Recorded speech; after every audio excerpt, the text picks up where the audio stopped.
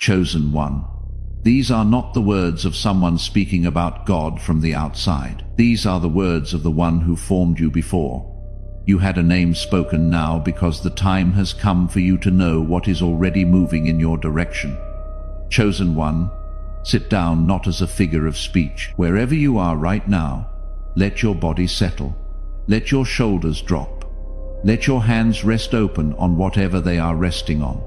Because what I am about to say cannot be received in a moving body or a striving mind. What is coming toward your life cannot be caught. It can only be received, and receiving requires a posture that the world around you has spent years training you out of. So sit down, be still, and listen to what I have been waiting to say to you.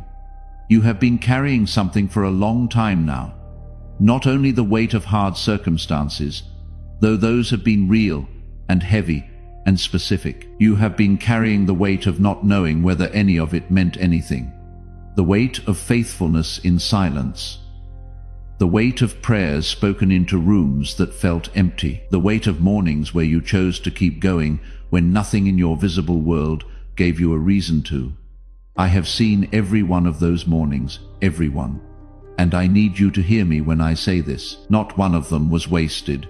Something larger than coincidence guided you to this message, to these words, to this precise moment in your life. And before this ends, you will understand not only what is coming toward you, but why it was worth every season of endurance you have walked through to receive it. Because what is about to hit your life is not a small thing. It is not a partial thing. It is not a manageable, comfortable, fits neatly into your current life kind of thing. What is moving in your direction right now is massive, and you are going to need both hands open to hold it. There is a knowing that has been rising in you slowly at first, then with a kind of quiet urgency that does not quite match what your circumstances are showing you. A sensing that something is near, that the atmosphere around your life has shifted in a way that your logic cannot fully explain. But your spirit has already confirmed. You have been trying to find words for it, trying to understand whether what you feel is genuine faith or wishful thinking. I want to answer that now. What you have been sensing is neither wishful thinking nor delusion. What you have been sensing is the advanced signal of what is coming. By the way arrives, the way the room gets unusually quiet before someone important walks through the door. That is what you have been feeling, and you have been sensing it correctly. Some of you have noticed a change in the quality of your prayers. You stopped asking for things the way you used to. Something in you stopped negotiating with heaven and started resting in it. You did not engineer that shift. It happened to you slowly and without your deciding it. And when it came, you wondered whether you had given up, whether your faith had gone passive, whether you were simply too exhausted to ask anymore. I want you to release that fear right now. What happened in your prayer life is not exhaustion. It is arrival. You stopped striving in prayer in the same season I began moving in preparation. Those two things are not coincidental. They are coordinated. You cannot receive what your hands are white-knuckling. The open hand is not weaker than the closed one. The open hand is the one that receives. There are those of you who have pulled away from people this season, not out of bitterness, not out of pride, out of a quiet, internal instruction that told you the room you are entering next does not require the same crowd that has been around you. You have felt the guilt of that pulling back. You have questioned yourself. You have asked whether something is wrong with you, whether you are isolating in an unhealthy way. Nothing is wrong with you. You are being set apart. There is a difference between being alone and being set apart. One is the absence of belonging. The other is the preparation for a different kind of belonging. What is waiting on the other side of the separation is a community of people whose frequency matches the season you are entering, not the one you are leaving. The pulling away was not disconnection. It was navigation. Type 777 if your spirit just confirmed what I said. Because the one who orchestrated that pulling away wants you to know it was intentional. and it is nearly finished. Others of you are experiencing what feels like a contradiction, a deep peace alongside a grief that is not entirely attached to anything specific. You grieve the old version of your life, not because it was always good, but because it was known. And there is grief in every ending, even the ones that are good, even the ones you were asking for. I do not minimize that. I honor it. But here is what that combination of peace and grief actually means. What is ending is not your story. What is ending is the chapter that was too small for what I have written next. The grief is the book closing on a chapter, and the chapter that opens now is not a revision of the previous one. It is an entirely different story, at an entirely different scale. Some of you have been marked by unusual dreams in this season. Not frightening ones, sacred ones. Dreams where something was spoken or shown that you woke up carrying in your chest for days, unable to fully describe to anyone, unable to fully dismiss. You have been reluctant to mention them because you did not want to seem dramatic or strange. Do not dismiss them. I speak in the night, the ones I am preparing for morning seasons. The dreams you have been having are not your imagination constructing comfort for itself. They are briefings. You are being shown the outline of what is coming before it fully arrives. And there is this. Most of you listening right now have been in a waiting that has become woven into your identity. You have been in it so long that you are not entirely sure who you are outside of it. The waiting has become your address. Part of what is about to change is not just what arrives. It is who you are when it arrives. Because the waiting season was not only about what I was building toward you, it was about what I was building in you. And that is the part I want to show you now. What I am describing is not a random collection of signs I am asking you to interpret generously. I am naming a pattern. The pulling away from what no longer fits, the shift in prayer, the sacred dreams, the grief without a specific object, the strange peace that defies logic, the sensing of nearness that has been increasing. All of it is pointing to one reality. You are standing at the threshold of the most significant season you have lived yet. And I brought you to this message so you would know it before it arrives, rather than only after. You have been listening for a while now. You are still here. That is not trivial. The ones this message is for do not scroll past it. They stay, and something in you already knows why you are still here. There is something specific I want to address about the sensing of nearness itself. Many of you have been living in a quiet tension between two contradictory feelings. The first is the sensing that something significant is coming, that your life is on the edge of a real shift. The second is the exhaustion of having sensed that before, and then watched months or years pass without the arrival that was felt as near. And now you carry the sensing alongside a protective layer that says, do not let it mean too much, in case it does not come. I want to speak to that protective skepticism with love. The previous senses of nearness that did not result in what you expected were not false. They were real. What arrived simply did not match the form of your expectation. You were sensing movement correctly and interpreting it through the grid of what you were picturing. This time the sensing is different, not louder, not more dramatic, quieter, more settled, more like knowing than hoping. That quality of quiet certainty is characteristic of a season that is genuinely at the door.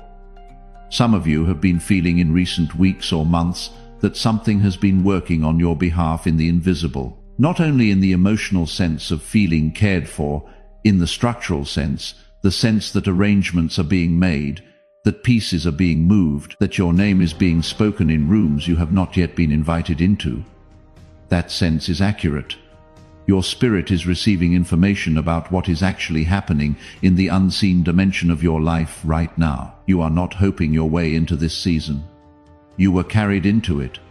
The outside of your life has not yet matched the inside experience. To the people around you, nothing appears to be changing in ways they can see, but inside you there is movement that has no visible evidence yet. A pressure that is not pain, a weight that is not burden. And the reason the outside has not caught up to the inside is not that I am slow, it is that I am thorough. What I am building in your direction cannot be rushed without breaking. The blessing that is coming requires the person receiving it to be a specific size, and the process that produces that size takes the time it takes. What I am telling you now is that the process is nearly complete. The formation is almost finished, and when it finishes, what has been prepared in your direction will be released. When the massive thing hits your life, and it will, you will understand something you cannot fully understand from inside the waiting. You will understand that the reason it is massive is not only because of what is arriving, it is massive because the person receiving it has been made large enough to hold it without being broken by it. The blessing and the carrier are matched. I waited to release this in your direction because I was waiting for you to become the one capable of stewarding it without losing yourself in it. You have become that one. Type 444 in the comments. The number of the ones assigned to keep what is being carried. Let it be the mark of the moment you received this, that the blessing and the carrier are matched, and the one carrying is you. There was a woman. Her name was Mary. She was young and ordinary by every visible measure. There was nothing in her circumstances that suggested she had been shortlisted for what was about to be asked of her. She had no formal credentials, no position of influence, no evidence that the appointment she was about to receive made practical sense from a human vantage point. And then, without warning, without a preparation period she could point to, without any earthly credential to anchor her response, a message arrived. Not a negotiation, not a contract with conditions, not a detailed plan with contingencies and exit strategies, just an announcement. You have found favor. You are going to carry something that has never been carried before. And her response: that it was not a request for more time to get ready. Let it be to me as you have said. In that yielding, in that single act of surrender rather than management, the impossible began to be constructed inside her. And I want you to understand something specific about the sequence of that story. The preparation did not happen before the announcement. The preparation happened because of the announcement. The favor activated the formation. She was not formed first and then appointed. She was appointed first and the forming followed. This is the sequence I work in. It will unsettle the part of you that has been trying to qualify first, to clean up your life before asking for the assignment, to become worthy before expecting the word. That is not the sequence. What is coming in your direction was decided before you were qualified for it. And the qualification has been happening inside the calling, not before it. What I have been forming in you is not the result of your achieving, it is the result of your yielding. Every time you surrendered, instead of forcing, every time you stayed in the room that offered no visible reward, every time you prayed instead of maneuvering the situation yourself, those were not performances of discipline, they were moments of formation. The kind that does not announce itself while it is happening. The kind that only becomes visible when something large enough arrives to prove what has been built. What she did in that moment, not negotiation, not preparation, not qualification, was let go of the management of her own story. And the construction began the instant she opened her hands. Through the link in the description or the pinned comment, that same letting go is available right now. Not as a donation. The word for what this is release. The same release that became the container for everything that followed in her life.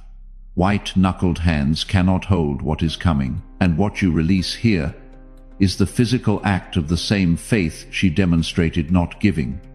Opening as you give, bring the thing you have been managing instead of surrendering, the specific thing your hands have been closed around longest. Place that prayer inside what you release, and let the announcement that arrived for her also arrive for you. The formation begins now. I want to name what was being built in each specific hard season, because I think you deserve to know what the difficulty was for. In the seasons of loneliness, I was forming your rootedness, the ability to be grounded in something deeper than belonging to any particular person or circle, so that when the people of your next season arrive, You will not need them desperately. You will receive them freely. In the seasons of rejection, I was forming your discernment, the ability to recognize what is aligned with your calling versus what is simply familiar and comfortable. In the seasons of financial restriction, I was forming your faith in provision that does not originate from your own ability to generate it, so that when abundance arrives, you will know it came from beyond your own effort, and you will hold it with open hands rather than white knuckles. In the seasons of delayed answers, I was forming your capacity to trust a timeline that is not yours, and that does not require your understanding to be effective. Every limitation was a laboratory. Every closed door was a classroom. The curriculum was not punishment, it was preparation. The Hebrew word for this specific process is saraf. It means to refine by fire, to apply heat until what is not essential has been removed, and what remains is pure. The goldsmith does not place gold in the fire because the gold is flawed beyond use. The goldsmith places gold in the fire because it is valuable enough to be worth the purification. You were not placed in the difficulty because you are broken. You were placed in the difficulty because what is in you is worth the process of refinement. That lie has followed you through every hard season. The lie that says the difficulty is evidence of your deficit, that if you were more spiritual, more aligned, more faithful, things would be easier. Receive this now. The fire is not evidence of my displeasure. The fire is evidence of my investment. I do not invest the fire in what I do not value. Saraf does not end with the one being refined. The gold that comes out of the fire carries the memory of the fire in its purity. And purity, once it moves into the world, changes what it touches. Through the link in the description or the pinned comment, what you release here is refined gold entering circulation. Not charity, not generosity in the ordinary sense. The specific weight of something that has been through saraf, moving toward the one still inside it, the one still reading the heat as evidence of being unwanted rather than evidence of being valued. Bring the fire that changed you most, not as a prayer item, not as a request. As the thing you are releasing into what you plant, let what the fire made of you be what reaches them. Take one real breath here, not as a breathing exercise, one honest breath. Let what has been spoken settle into your body before the next layer arrives. You do not have to solve anything right now. You do not have to figure out the next step. You just have to receive what is being said and let it land. Type the words, "I see it." If something shifted in you during this part of the message, let that be your receipt for what your spirit just acknowledged. Now return with me to the formation, because the most important part of it has not yet been named. What is being assembled in you is the specific capacity to hold what is coming without being undone by it, because massive things require a massive container. And the formation you have been through, all of it, every season and every closed door and every delay, was the process of expanding that container. You are not behind. You are exactly where the formation required you to be, and it is finished. The principle I want to teach you now is one of the most misunderstood in the whole architecture of how I provide. Most people believe that what arrives in their life is proportional to what they deserved or earned, that the blessing is the wage for the spiritual performance. And I want you to release that framework entirely, because what is coming toward you is not wages. It is not a return on investment. It is not commensurate with your effort or your spiritual resume. What is coming is a gift, and a gift is not proportional to the recipient. A gift is proportional to the giver. What is about to arrive in your life is massive. Not because you earned something massive. It is massive because the one giving it has no shortage, no ceiling, no ledger to balance. I give from the full measure of what I am capable of giving, and what I am capable of giving has no limit you could calculate from where you are standing. I want to name 3 convergences that are moving toward you simultaneously. Not because convergences always arrive in threes, but because these 3 specific streams have been preparing at the same time and they are about to arrive at the same intersection of your life. The first is a relational alignment. People who carry the frequency of your next season are already in motion toward your life. They may not look like what you have pictured. They may not arrive through the channels you have been watching, but they carry something that is specifically required for where you are going. And you will recognize them not through logic, but through peace. There will be a meeting, or there has already been one, where something in you said, "This is for this season." That recognition was not imaginary. That was navigation. Pay attention to who brings peace rather than pressure when they enter your environment. The second is the opening of a provision channel you have not been watching. This is characteristic of how I work in breakthrough seasons. I allow the door you have been staring at to remain closed long enough that your attention is forced to shift, and in that moment of the shift,